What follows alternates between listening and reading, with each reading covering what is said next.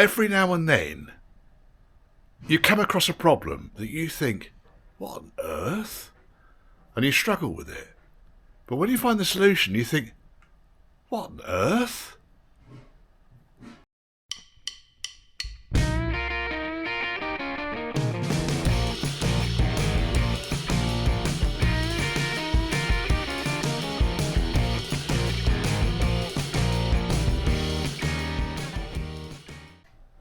So this is a friend's Defender 90, bought it in for a service, and I've been going through just changing fluids and checking things out, making sure it's all in good order.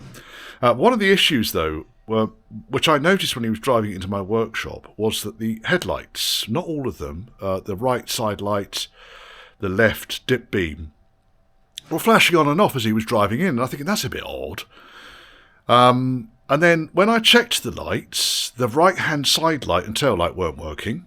The brake lights were working, the fog light was out. When you had the side lights off, the ignition on, and you press the brake pedal, the headlights would come on. I'm going to insert a little video here of me just kind of trying to confirm this, because obviously I can only be in one place at the same time. And being at the front of the car while I'm pressing the brake pedal is a bit impossible, even for me. Right. Ignition on. Brakes. Brakes. Brakes. Brakes. Brakes.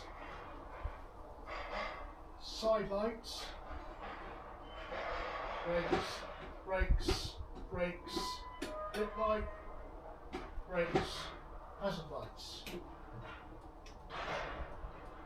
Fog light went off. And reverse, and reverse,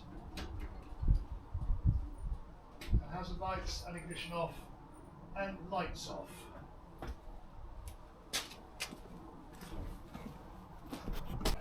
Right. Side lights, dip lights, flash, full beam, ignition on,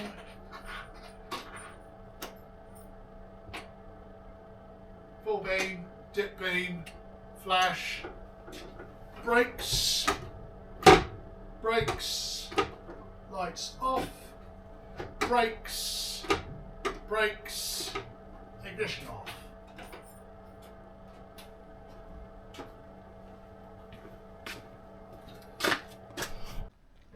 Then I went round the car trying to figure this out, trying to work out what was going on. I wasn't getting any circuit at all to the back end of the car.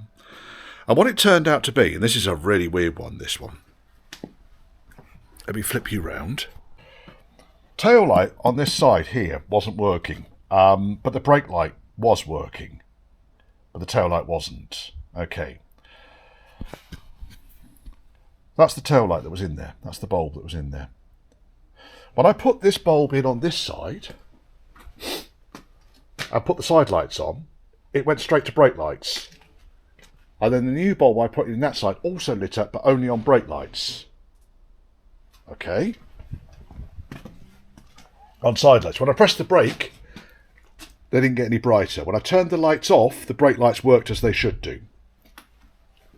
But this side light bulb came on, and that dip beam came on. Do you know what the fault is yet? Because this is clearly, very clearly a crossover in the loom here. Very clearly a crossover. So, this is the bulb, and I've actually put a cross on it. Not because I'm cross, but because I just don't want to use this again. Now, I don't know if we can get this to zoom in properly. You can't see it there.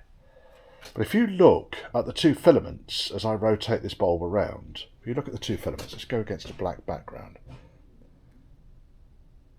Two filaments, where the filament is stretched across between the post on one and the other, it's actually reaching out and touching the other filament.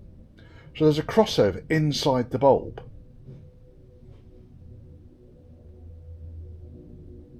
Anyone ever seen that? What a piece of shit. This bulb is labelled up as a QL. It's got an E13 marker on it. But isn't that just the weirdest thing? I don't know if you can see it any clearer there. The trouble is I'm getting a lot of reflection on it. I'm not now. You might just about see that. If I can get a picture of it, I'll zoom in.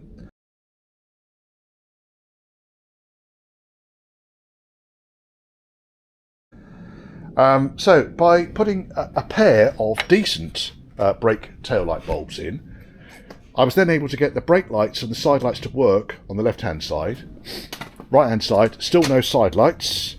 Front end of the car was now behaving itself when I pressed the brake pedal with the side lights off, and I'm just in the process of putting it back together again.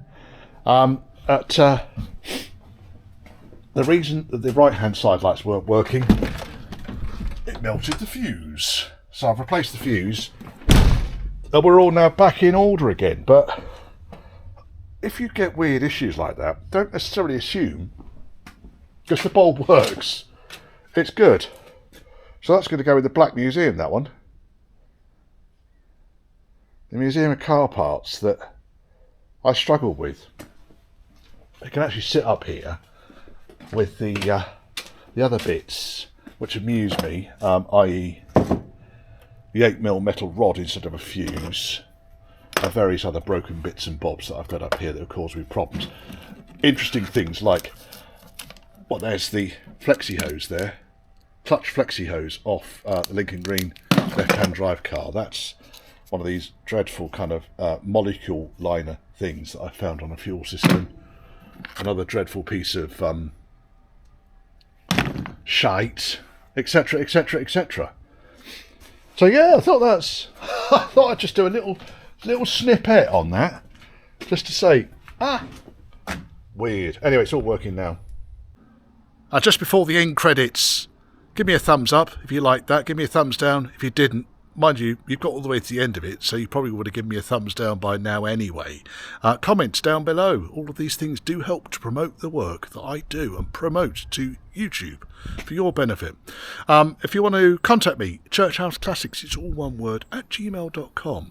And if you want to support the channel, then there's a PayPal me link scrolling down here.